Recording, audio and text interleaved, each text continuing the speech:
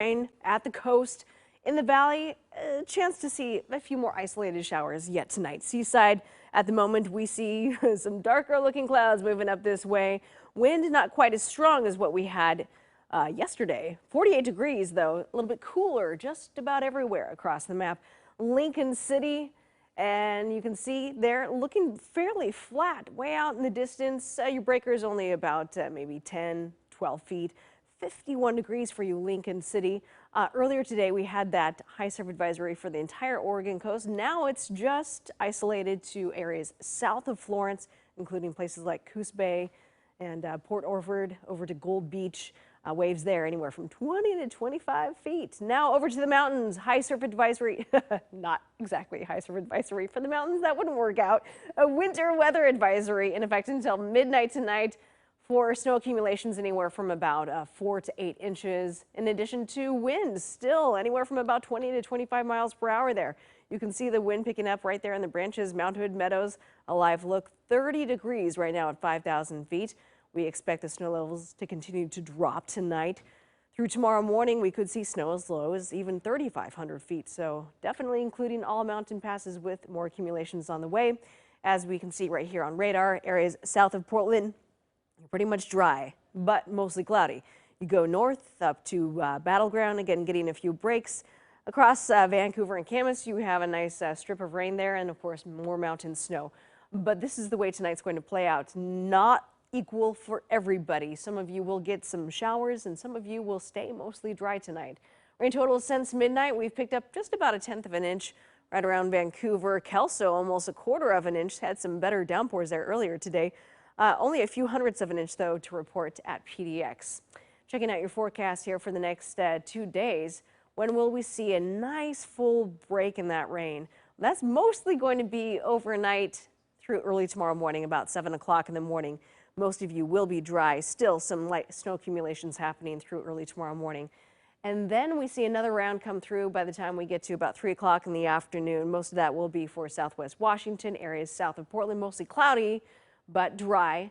Now we get to Friday morning. Friday morning's looking really good, not only because of the lack of rain, but also a break in those clouds. So some sunshine for you Friday morning.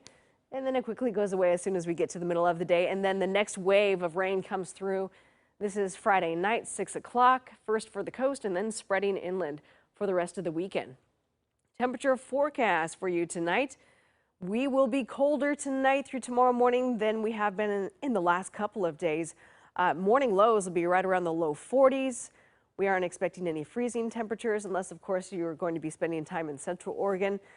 Thursday, 5 o'clock, daytime highs up to about 48 degrees. That still puts us above normal for this time of year.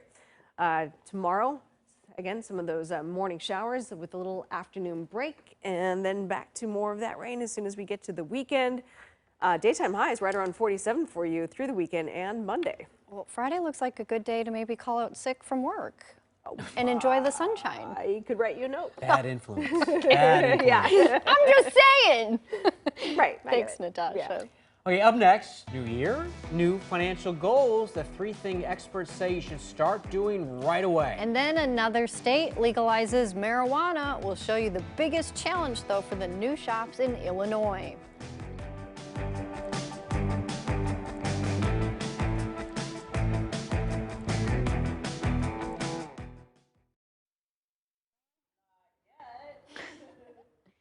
Yes, we did.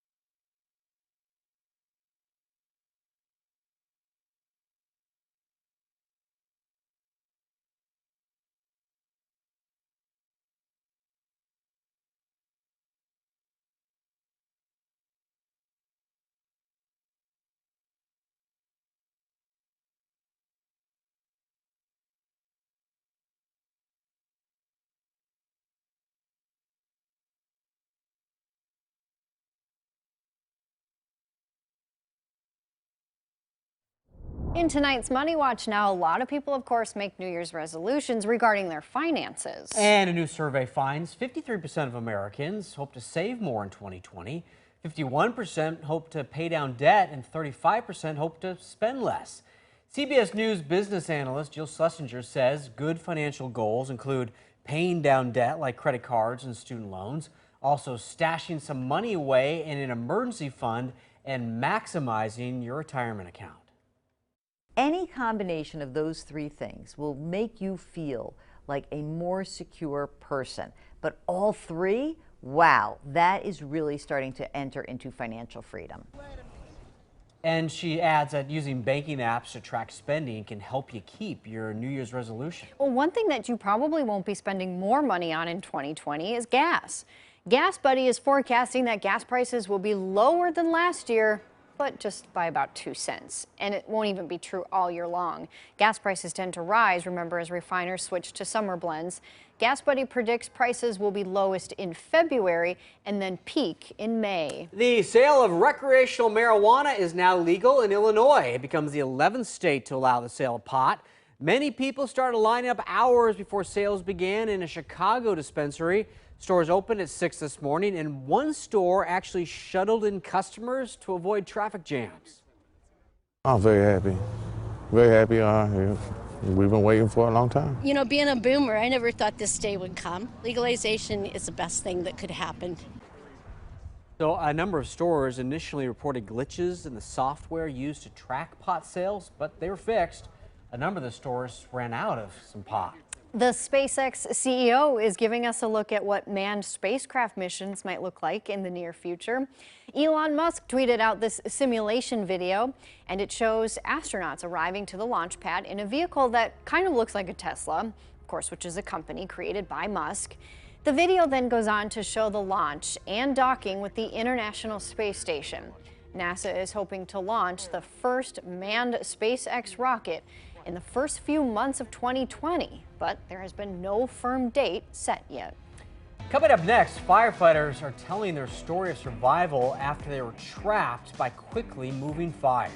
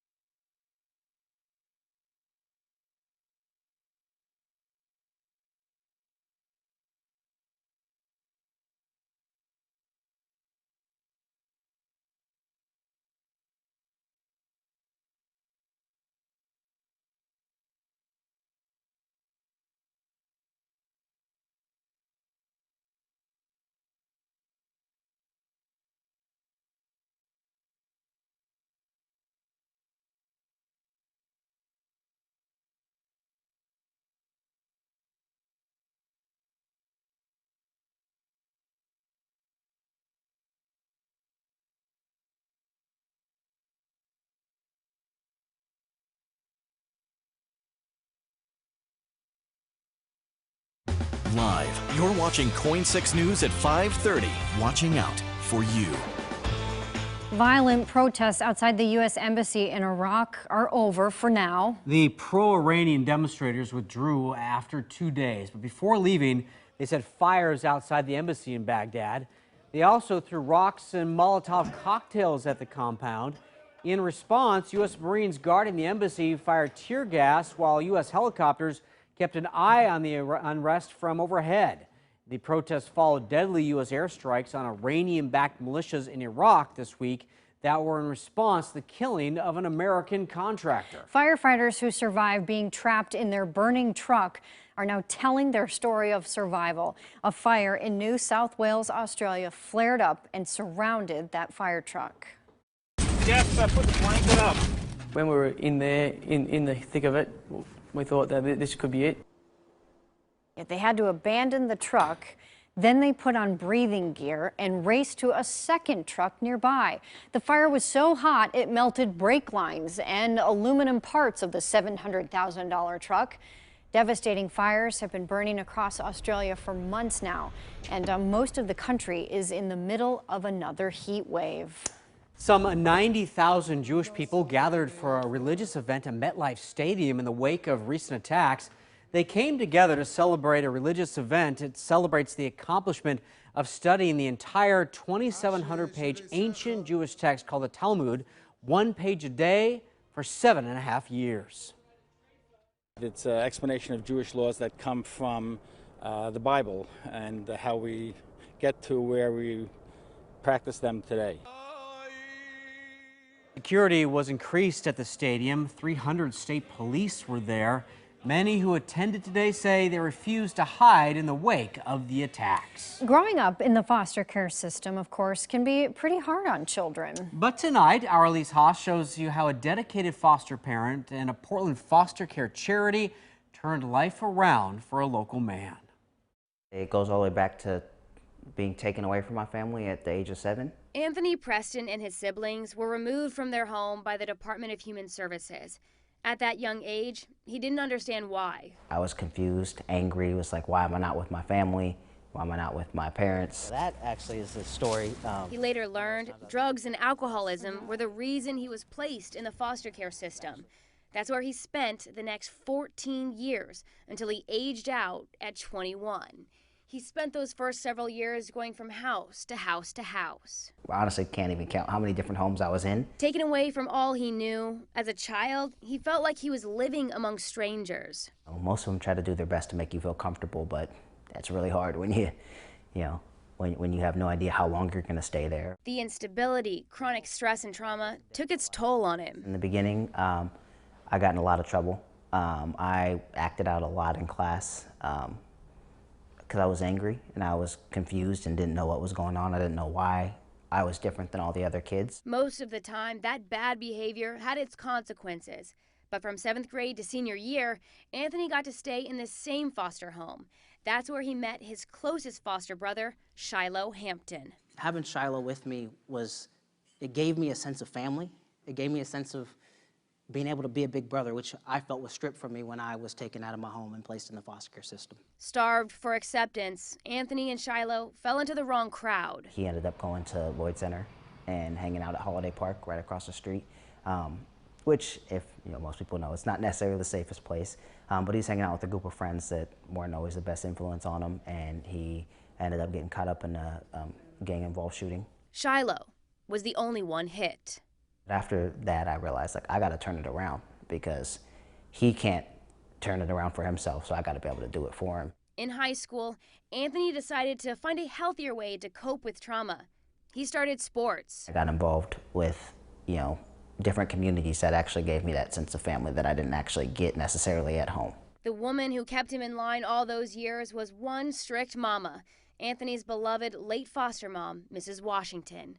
Her structure and unconditional love helped propel him in the right direction. She showed me a really consistent love, raised me to be the man that I am today, and I would not be anywhere close to where I'm at without her. His newfound drive and perseverance brought him into an elite group, Anthony became the 35% of foster youth to graduate from high school. Let them know that there's a way out of that life that doesn't involve anything illegal. And went on to become the 2% of foster youth to graduate from college. He received his degree in criminal justice from Western Oregon University. He's now putting that degree to use. Spoiler alert, I'm a police officer for the city of McMinnville.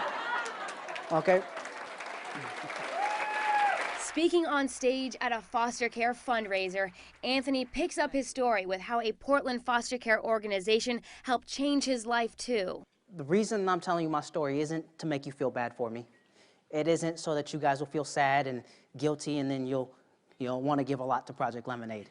I wanted to tell you my story so you can see where I started from to where I'm at today and how the amazing organization that is Project Lemonade has got me to this point. Project Lemonade operates 3 programs. Project Lemonade provides foster youth with a free shopping event so they too can begin their school year with new clothing, shoes, and confidence. Overall, fostering hope in foster youth. I think everybody knows that as a kid, all you want to do is fit in. A lot of times the way to do that is by having, new clothes and having the cool clothes. You want to be stylish. As a foster youth, you don't get those opportunities very often. But Project Lemonade was more than just clothes for him. The founders behind it, like Rhonda Meadows, provided jobs, resume building, and even a place to stay. She was there for him when times got tough. He was able to jump over all the hurdles that were put in front of him. He's full of perseverance and just a strong leader. It wasn't just me, I guess. It took a village of people to rally around me in all different aspects of my life to help me get to where I'm at. So, I don't think it's ever just one person. It's a combination of the community that they have, and I just was lucky. In McMinnville, Elise Haas, KOIN 6 News. Great story there. And coming up, trapped by tumbleweeds. A look at where in Washington the highway actually had to be shut down because of this for hours. Plus, we're watching the Ducks in the final minutes of the Rose Bowl. We'll have a look at whether they can hang on against Wisconsin. Some pretty tense moments right here in the studio. We are talking about your weather too for our mountain areas. Snow, more of it expected, and some of it already starting to impact some of your mountain passes. Here's a look at Highway 26 Government Camp. More details coming up.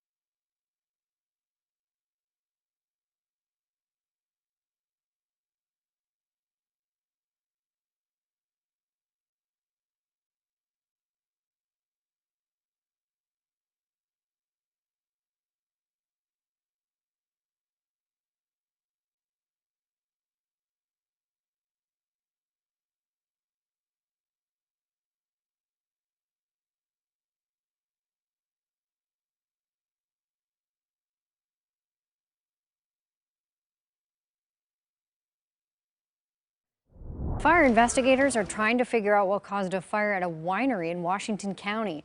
The barn at a Blooming Hill Vineyard and Winery on Hergert Road just outside of Cornelius caught fire around 3 o'clock yesterday afternoon. Cornelius, Forest Grove, Gaston, Hillsborough, Twalt Valley, and Banks. The fire had a good head start being out here in a rural area. All of the horses that were inside of that barn were able to make it out safely, so that's good news. But 100 cases of wine and winemaking equipment were all destroyed. There was also a 300-pound diesel tank that was in the burning barn. We knew about it pretty quickly in the process, so we actually sprayed water in there to keep it cooled down so it didn't ignite and spread and make it worse.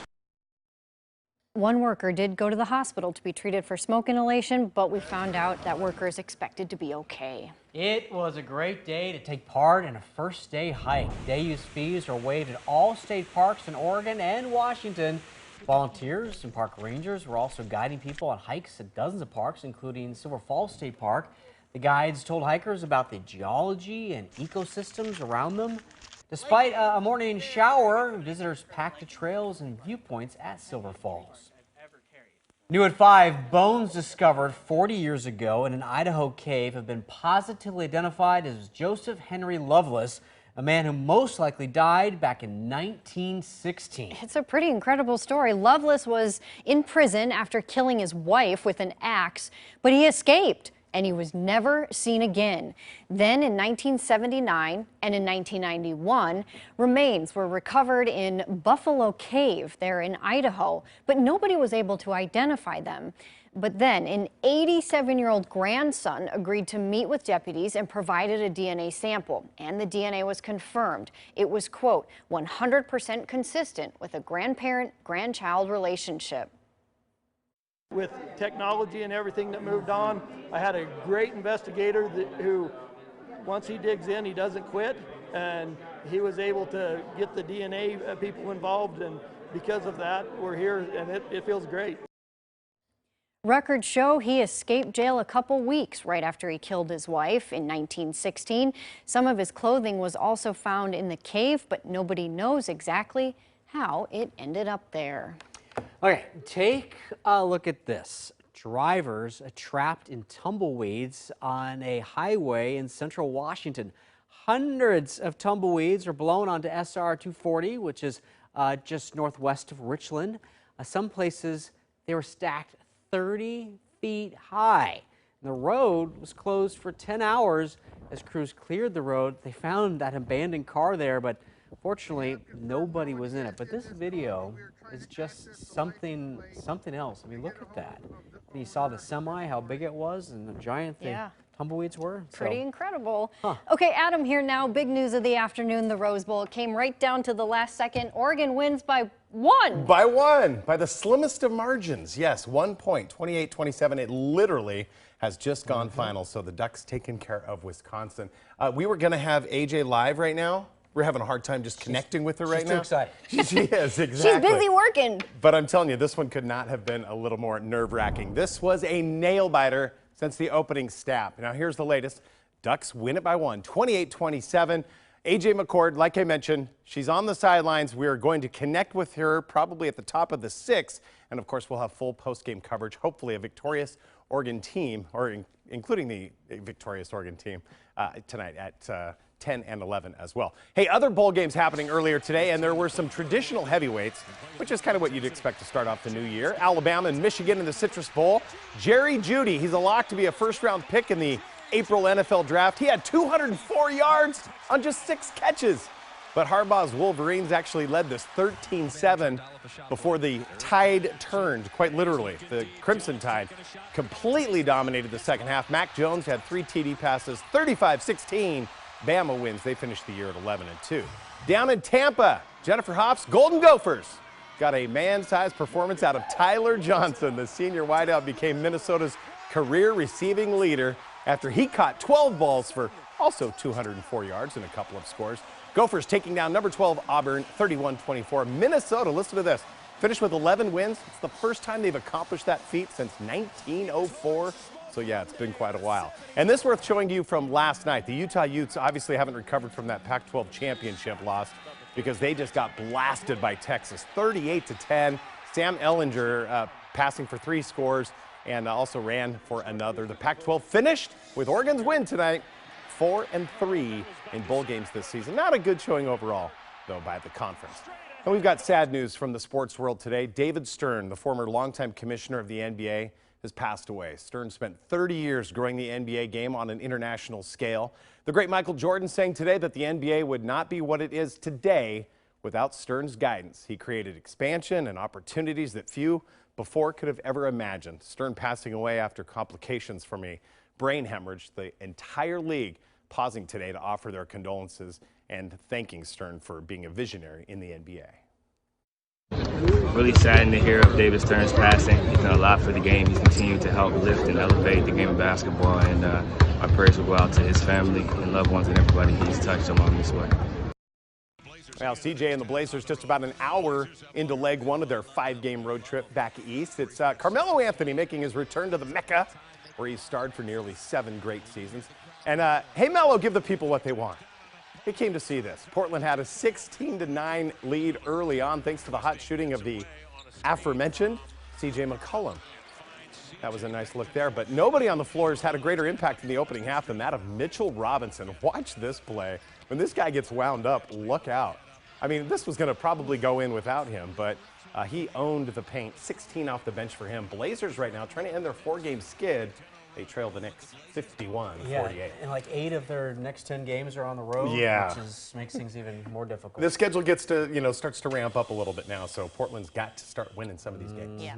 Okay. Yeah, a lot of injuries. Thanks, Adam. You betcha. Natasha back now, and we are looking outside. We've got a lot of rain and a lot of snow coming our way. A lot of snow. Something to talk about, too, are these temperatures that we've been dealing with the last couple of days. 11 degrees above normal. Today's high was 56 in Portland. Normally, we would be at 45, and our normal morning low would be 35, but we're anything but at this point. Tomorrow, a little bit cooler, but a bit of a change on the way. Well, look at this. Mount Hood Meadows. And this always happens, right? You go to the camera, and it's just nothing. There's nothing there. But I can tell you what it would look like. Use your imagination. There's snow here in the background, and there's more snow coming. And also, wind speeds have been ranging anywhere from about 15 to 20 miles per hour there at the resort. Here's your ski report. So in the last 24 hours, we've picked up 3 inches of snow at Timberline, 2 inches at Meadows, and Bachelor also 2 inches. Still, snow levels too high at this point to really collect anything at Ski Bowl, but we expect those snow levels to drop down to about 3,500 feet by tomorrow morning. Here's Highway 26, Government Camp, on your way over to Mount Hood. And we've seen quite a few cars kind of pulled off to the side of the road. So I think as we continue to see snow accumulations here, it might take some folks by surprise, a little extra slippery out there. And over at Santiam Pass, we see the blowing snow, a temperature of 31 degrees, also at Willamette Pass, blowing snow there at 5,000 feet. And how about the best day to ski? Well, tomorrow what you're going to get is a whole lot of fresh snow. So we could be looking at an additional 4 inches of snow for some of our local ski resorts here at Mount Hood. What's going to happen, though, is Friday, temperatures are going to soar, and I mean snow levels are going to go all the way up to about 7 or even 8,000 feet. This is on Friday. Also, Friday is a day where we're getting a break overall from the precipitation, so you'll lack any brand new snow falling on Friday, but it's also going to probably be about 5, maybe even 8 degrees warmer, so that'll affect your snow conditions. Saturday looks pretty good. Again, the trade-off is we're going to get much colder on Saturday. Snow levels closer to about 3,000 feet. And then you will have fresh snow falling on you Saturday and on Sunday, too. Current conditions in Portland, 51. Wind is out of the southwest at 9 miles per hour. Sunrise time tomorrow morning, 7:51. Checking out radar, we're getting a nice break from the rain at the moment in the valley. All that precip heading out to the foothills and over to the Cascades. Looking at our forecast here the next 24 hours, we get mostly cloudy through tomorrow morning. A little bit of a break from the rain, mostly south of Portland. A few isolated flurries for you for the Cascades. That kind of wraps up by the time we get to tomorrow afternoon. Areas again south of Portland, dealing with mostly cloudy skies. The rain moves over to southwest Washington. And then Friday morning, most of you will be actually waking up to some sunshine, especially south of Salem and over to Mount Hood. But then all that changes as soon as we get to Friday afternoon and evening. Next wave of rain comes rushing through Friday night, and then we introduce much colder conditions Saturday and Sunday. Temperatures tomorrow morning, you'll be waking up to the lower 40s. Daytime highs tomorrow afternoon in the valley will be in the upper 40s, expecting the low to mid 40s for you in central Oregon. By the time we get to tomorrow, about 5 o'clock, you can expect 50 degrees in Salem and 49 Tillamook. 7-day forecast. Again, our nice kind of dry break is really going to be for almost everybody Friday with a high of 55 Right. degrees. It's going to feel very warm. Maybe I'll It have my is windows down warm. again like I did today. I'll use the AC. As long as you don't put your shorts on. My short shorts? Or Yeah, just my those. regular shorts? Either one of them. Still ahead, it's not just a ball that drops on New Year's Eve. We're going to give you a look at what some cities across the country dropped at the stroke of midnight when we come back.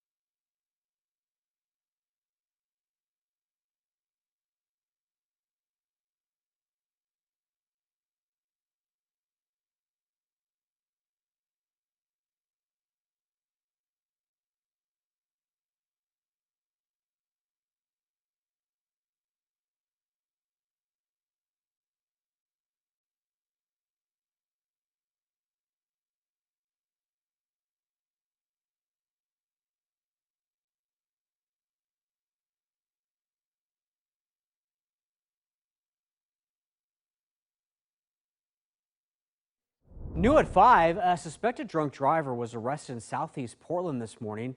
Clackamas County deputies tell us the driver was speeding and then crashed through a fence and bushes before hitting the apartment building. Now, nobody was hurt, but a load-bearing wall was damaged. Also, the crash broke a water main. The driver, Chelsea Amos, was arrested and taken to a hospital. New York City, of course, is known for its big ball drop right at the stroke of midnight. But some other cities across the country have some more interesting items that drop on New Year's Eve. In Hershey, Pennsylvania, they fittingly raise a Hershey Kiss in the middle of Chocolate Town Square. The celebration also features the Kissmobile. And for the first time in Tampa, Florida last night, they celebrated with the New Year's Eve. Oh, I was supposed to read that like a pirate. The booty drop. The 320-foot treasure chest was projected on the side of a building, and then it popped open at midnight. The city of Bay St. Louis, Mississippi hosts an oyster drop. The giant oyster sits on top of the restaurant, and the pearl inside it lights up. Oh, I like that. And then in Mobile, Alabama, they drop Bright Moon Pie. The tradition was started by a city councilman back in 2008. And in Portland, we don't do anything. More drones are in our skies every day. Coming up at 6, how a new law will help ensure drone pilots fly safely.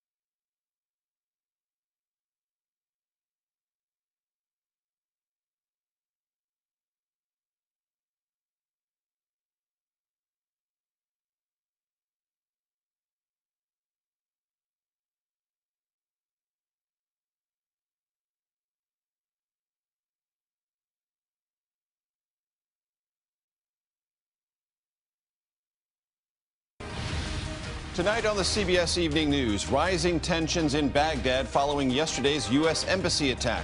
More than 700 American troops now heading to Iraq. We'll have new images from the scene tonight. Plus, we'll meet some extraordinary third graders with a valuable lesson for us all on caring for one another and the power of a simple hug. That's tonight on the CBS Evening News.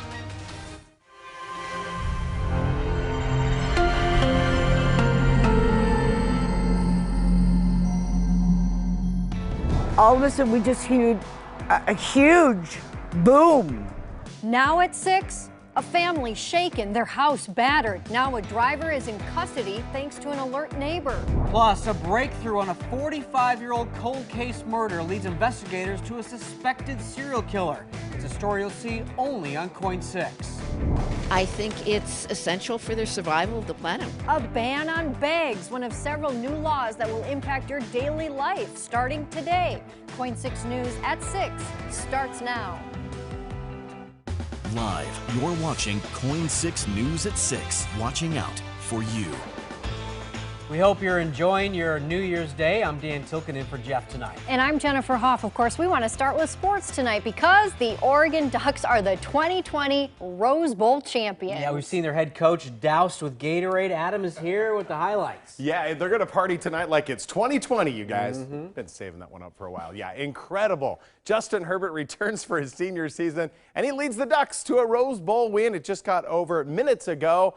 This one came down to the final minutes. Everyone on the edge of their seats, but it was the Ducks clinching the granddaddy of them all, 28-27. Justin Herbert had a hat trick. He scored all 3 of Oregon's offensive touchdowns. Now our A.J. McCord is running around amidst the chaos on the field as we speak. We are going to hear from her tonight on KOIN 6 News at 10 on the CW, and of course 11 right here on KOIN 6. So good news for Duck fans. Yeah. It was a good game, too, great at that. All right, Adam, thank you. bet. Let's get to a crime alert now in Gresham. A New Year's Eve shooting leaves 1 man dead, another man hurt. This happened about 8:30 last night near Northeast 188th Avenue in Irving Court. Amy Frazier is live in Gresham tonight with what witnesses saw and heard out there. Amy? Well, Jennifer, neighbors tell me they heard about 4 gunshots. The 2 victims were in a pickup truck, which was parked right over here. New Year's Eve, police rushed to this Gresham neighborhood after families reported hearing gunshots. I jumped quite a bit. I went to see if the kids had got woke up. A woman who asked us not to show her face says about 20 minutes before the gunshots, she and her husband noticed a pickup truck parked along the street and heard some arguing. My husband peeked his head out and saw 2 people in a truck, but it didn't look like anything on, so we didn't end up calling the police over it. Minutes later, there was gunfire. Yeah, the man in the driver's side seat was definitely dead. When we stepped out onto just the front walk here, we could see him, and he was already gone. And then there was somebody in the passenger seat. Paramedics rushed the surviving victim to the hospital. Police say he underwent surgery and is expected to be okay. Investigators spent much of last night and today marking evidence and looking for clues. They came and talked to us a few different times to see what we knew. They wanted to know if we heard a car drive away after the gunshots. We don't remember one, but there's so much traffic on this road, we just kind of tune it out. So investigators believe the shooter is known to the victims. I hope they find whoever it is. And tonight, there are still no arrests in the case, but police do tell me they are following up on some leads. If you have any information that could help out with this case, you're asked to contact Gresham Police. Reporting live in Gresham, Amy Frazier, KOIN 6 News. And happening now, police are looking for the gunman who shot 2 people in Northeast Portland. The police were called to 148th and Fremont around 4 o'clock this morning. 2 people were rushed to the hospital, but their conditions have not been released. This is one of 7 shootings that wounded 4 people in Portland overnight. A shooting investigation in Portland's Old Town neighborhood, this one from Monday, has now become a homicide investigation. Police say 42-year-old Anthony Higginbotham died at the hospital. He was one of 2 people who were shot when a gunman opened fire at Northwest Broadway in Flanders. Witnesses say they heard dozens of shots. 46-year-old Curtis Harris is in custody. Police have not reported the second victim's condition. In Marion County, a driver is in custody after deputies say he crashed into a home in St. Paul. The collision destroyed the front porch of the house on Mission Road at Main Street yesterday. A woman was trapped in her room, and those in the car ran away. Our Jennifer Dowling gives us a look at how neighbors helped catch the driver.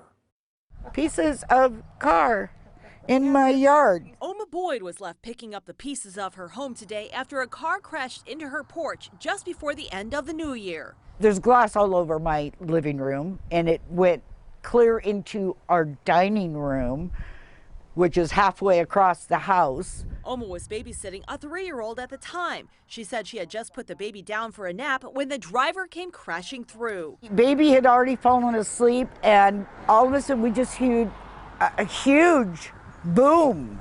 And my husband jumped up and ran downstairs, and I was right behind him. And all I could hear was my sister screaming because she was trapped in her room. Oma was able to move a china cabinet that had been shoved against the door in order to let her out. Security cameras showed the 4 people that were in the car walking away from the crash afterwards. Neighbors were able to keep an eye on the men until police arrived to make an arrest. Oh Lord, yes. We're a pretty tight community in St. Paul. Oma had to adjust her plans to kick off the new year on account of the crash. Because one of the beams that did support my porch went right through the window and crashed into the Christmas tree. I was going to take it down today anyway, so it's all right. Police arrested 22-year-old Alejandro Ursina Lima. He was cited and released on charges that included reckless driving and endangering. Oma is counting her blessings in 2020. My sister's room is right here, so if they didn't land here and they landed there, we'd be talking a different story. Someone would be dead. Jennifer Dowling, KOIN 6 News. Also tonight, from new wages to new taxes to new bans, Oregon and Washington have a lot of new laws that are rolling out in 2020. Emily Burris, live in Portland with a look at what exactly takes effect today. Emily?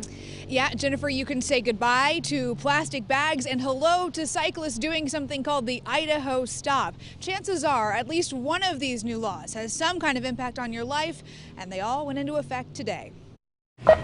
Plastic bags are out in Oregon. Starting today, they're banned statewide from stores and restaurants trying to cut down on single-use plastics. I think it's essential for the survival of the planet. We have to change our habits. Bring your own reusable bags or pay a nickel at checkout for more sustainable options. Containers for kombucha, hard seltzer, and drinks that contain milk are now accepted in the state's bottle drop program. Both states have several new laws taking effect that offer more protections for workers. In Oregon, a new law offers greater protections for pregnant employees. Another new law helps ensure more transparent non-competes. In Washington, the minimum wage is now $13.50 an hour, and employees can now take advantage of the Family Leave Act, which means workers can take up to 12 weeks of paid leave for things like a serious illness or the birth of a child. Drivers will now pay more at the pump in Oregon, the second of 4 gas tax increases, tax on another 2 cents a gallon. And vehicle registration fees are increasing for more fuel-efficient and electric vehicles. Oregon cyclists can now roll through some stop signs and red lights. The so-called Idaho Stop lets you keep rolling on 2 wheels if the intersection is clear. You should still be really cautious with that. I mean, depending on where I'm at, I'm still going to stop no matter what. There's another new law in Oregon that took effect today that increases penalties for drone pilots flying recklessly. And if you're convicted of reckless flying more than once, you could be forced to give up your drone. You can learn more about these laws and others on KOIN.com right now. We're live in downtown Portland. Emily Burris, KOIN 6 News. Thank you, Emily. In a KOIN 6 exclusive, after 45 years, a murder charge in the killing of a local teenager. Coming up, how investigators connected her death to a suspected serial killer.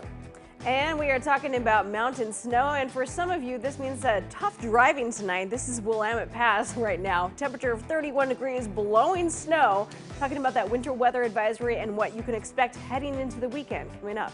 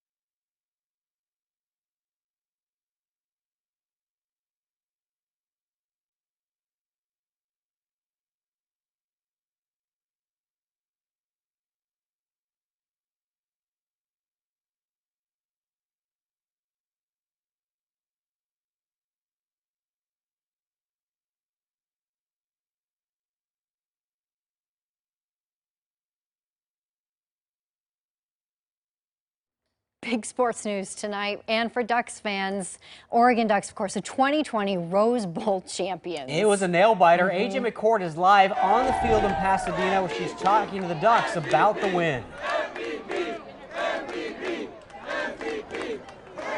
Ready? All right, so here we go. We are live in Pasadena. As you can hear me, the Ducks fans behind me chanting MVP for Brady Breeze. Brady, you had a touchdown. I believe you had a team-high tackles. What was it about today that you just wanted to show out? I mean, I just wanted to represent my family and represent my team, represent the Duck fans. You know, I've been a Duck fan since I was a kid, and being able to come here and have this opportunity to suit up in an Oregon uniform, let alone play in a Rose Bowl and kid defensive MVP, I mean, it's just such a blessing. I've been praying about this opportunity since I was a kid. And I just want to say to all the kids out there, I mean, if you don't believe in yourself, just anything is possible. Keep praying, keep working. I mean, nobody believed me. People thought I sucked. I mean, I was third string, fourth string on the depth chart. Coming into this season, you know, coaches finally gave me some opportunities, and, you know, I can't thank them enough for finally giving me an opportunity and, you know, making me the player that they wanted to see. And, you know, now I'm winning Rose Bowls and, you know, helping this team out. It's just such a blessing. And for you, your family has been a part of this Oregon program for so long. You were up there celebrating with them. What did they say to you? They were just saying, congratulations. I mean, there's not really much you can say about it. We're all kind of lost for words. I mean, we all came down. We drove 12 hours when I was a kid to come watch this game just to see the Ducks. You know, I was such a huge Duck fan, and now we're winning Rose Bowls, and I got to score a touchdown in the Rose Bowl. I mean, it's just incredible. My uncle got to play here 25 years ago. And, you know, being able to represent that legacy and represent my family and stuff is incredible, man. I'm so thankful, and I want to make sure to give all glory to God, because without him, I wouldn't be here for sure. I mean, that ball was sitting right there. It was just waiting for me. I mean, my teammate, you know, made a great play on it, and then I was just able to pick it up. And I just want to say thanks to my teammates, thanks to all these fans for believing in me. And Justin Herbert had one heck of a game today. He's the first quarterback since Vince Young in 2006 to have multiple rushing TDs in this Rose Bowl. What can you say about his play today? I mean, we knew it was coming. We knew, you know, this guy's been working so hard in the offseason. I mean, he really came together this year and, you know, brought the team together and told us, like, hey, dude, like, we can really make a run this year. And it's just incredible to see him finally, you know, really make some big plays, some big-time games. And he's a big-time player, and it's just amazing to see him, you know, a Eugene guy. And, you know, we kind of have this little special connection because, you know, we've been diehard Duck fans as a kid, and now we're both MVPs of the Rose Bowl. I mean, it's just incredible, you know, to represent the state of Oregon and represent the University of Oregon and all these fans and all the little kids that are, you know, dreaming of playing for Oregon. That's what we play for, and just can't be, you know, more thankful. Congratulations, Brady. I know you want to celebrate with teammates. I appreciate it. Thank you. That's it from Pasadena. I'm AJ McCord. I'll send it back to you. I started screaming with joy. Yes, thanking God. Yes, thank God, thank God. Only on Coin 6 tonight, a new hope for justice. After 45 years, prosecutors in Clark County will charge a suspected serial killer with another murder. Warren Forrest is suspected of abducting and killing 7 women on both sides of the Columbia River, but he is only in prison for 1 murder. Well, Forrest will be hauled back to Clark County in a matter of days to face prosecution for the murder of teenager Martha Morrison. It's a long time coming, so it's really good news. Star Laura is relieved to learn Warren Forrest will soon be charged with murder. Detectives believe he is responsible for kidnapping Star's sister Jamie in 1971. Jamie has never been found, but her school ID turned up along remote Dole Valley Road in Clark County. And nearby, hunters found the bodies of Carol Valenzuela and teenager Martha Morrison in 1974. And then, in an unexpected discovery revealed in 2017, Morrison's DNA was found on a dart gun that Forrest admitted using to attack another woman. 43 years later. 43 years later. Is that mind-boggling to you? It's astounding how we've even gotten here after this. Forrest, now 70 years old, is in prison for the murder of Krista Blake. But until now, prosecutors weren't sure they could tie him definitively to another attack. Meanwhile, Forrest was busy trying and failing to convince the parole board in 2017 he was no longer prone to violence from extreme stress. The distraction I chose was deviant fantasies. Forrest has never admitted to other killings or if he knows where Jamie's body is hidden. But star Laura's hoping he can now be convinced to reveal what happened to Jamie while being prosecuted for Martha Morrison's murder. Now they have some weaponry for plea bargaining that they didn't have before, and that would be incredible if they could maybe say, hey, tell us the truth about Jamie and these other girls, what happened, to give the families truth. He's the only one that can do it. 45 years later and counting. Clark County prosecutors just issued a first-degree murder warrant for Warren Forrest. That means he's expected to be in court sometime next week after he's brought back to Clark County from the state penitentiary in Walla Walla. Certainly a story I know you'll continue to follow, Dan. And check this out in central Washington. Mounds of tumbleweeds shut down SR 240 for more than 10 hours last night. It finally opened about 4:30 this morning after the crews had to clear away all of the debris. And video tweeted by a trooper up there shows an abandoned car. Do you see it there, uncovered finally from the tumbleweeds? Nobody was inside, and nobody got hurt in all of this either. The question is, was that car already abandoned there and then it got covered, or did somebody get covered and then they abandoned the car? It's a lot of mysteries and a lot of fascination. Funny, you see one tumbleweed here or there maybe, but that many at once. That many. Pretty incredible.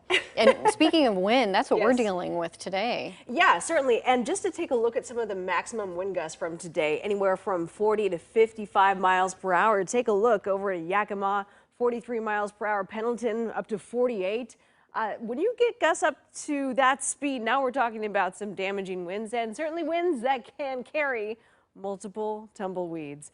Maximum wind gusts today along the coast up to about 30 miles per hour. Earlier today, we had that high surf advisory that has expired for places like Lincoln City, areas north, all the way to Washington. However, sneaker waves are still a possibility. We're in low tide right now, so you can see a little bit of that sea foam right here on the beach. More evidence of turbulent waters out there. You often see the sea foam roll up to the beach as a result. But other than that, winds are starting to kind of back off a little bit at the coast, out of the northwest right now at about 16 miles per hour. Lincoln City temperature is 51. Timberline, now we're seeing 28 degrees there at 6,000 feet, watching and waiting for that snow level to come down a little bit lower as colder air starts to filter in. I think it's something that will be more noticeable early in the morning. We expect those snow levels to get down to as low as about 3,500 feet by tomorrow. However, the amount of precipitation coming through tomorrow is going to be a bit more limited. Highway 26, yeah, we have snow accumulations right there on the highway through Government Camp, so be prepared for some slick conditions. Temperature on the road there, 33 degrees. Over to Santiam Pass, we have blowing snow. This is one of the reasons why that winter weather advisory is in effect. At times, you may have really low visibility as a result. Over to Willamette Pass, 31 degrees there. Right now in Portland, it's 50. Wind is out of the west at 6 miles per hour, and dew point at 44. Sunrise time tomorrow morning, 7:51. So that winter weather advisory for the Cascades does expire at midnight. After that, we'll look for very light accumulations through tomorrow morning.